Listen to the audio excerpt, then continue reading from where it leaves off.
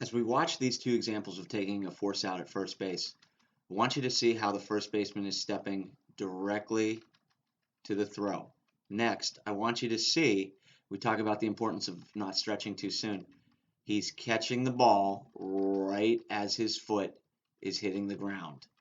The last thing I want you to see is look at how his head is right behind the ball. He's not reaching, he's getting his head right behind the ball. Here's another old example. Same thing you can see, catching the ball right as the foot hits the ground, and we can see how the head is getting right behind the ball. Right? We can see how much the knee is bent, how low he is as he gets his head right behind the ball rather than stepping and having to.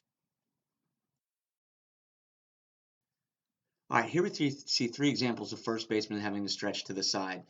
And you can see here we have the throw that's down the line, and you can see how the first baseman is stretching right at the ball. Here's the opposite of that. We can see the Astros first baseman up the line, stretching right to the ball, not stepping forward and reaching around. And finally, here's another one up the line. You can see, look, where the first baseman steps and gets his head. You can see knee bent, head right in there as he steps straight.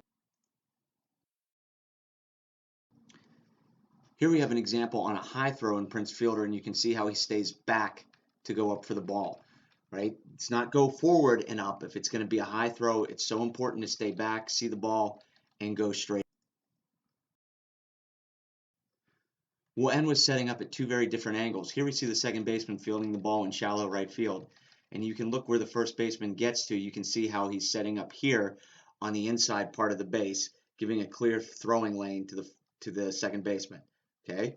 So now the opposite is when it comes from the catcher, and here you can see Kent Hrbek, who's going to have to set up on the inside part of the base, again, to give a clear throwing lane to the position player. In this case, it is the catcher.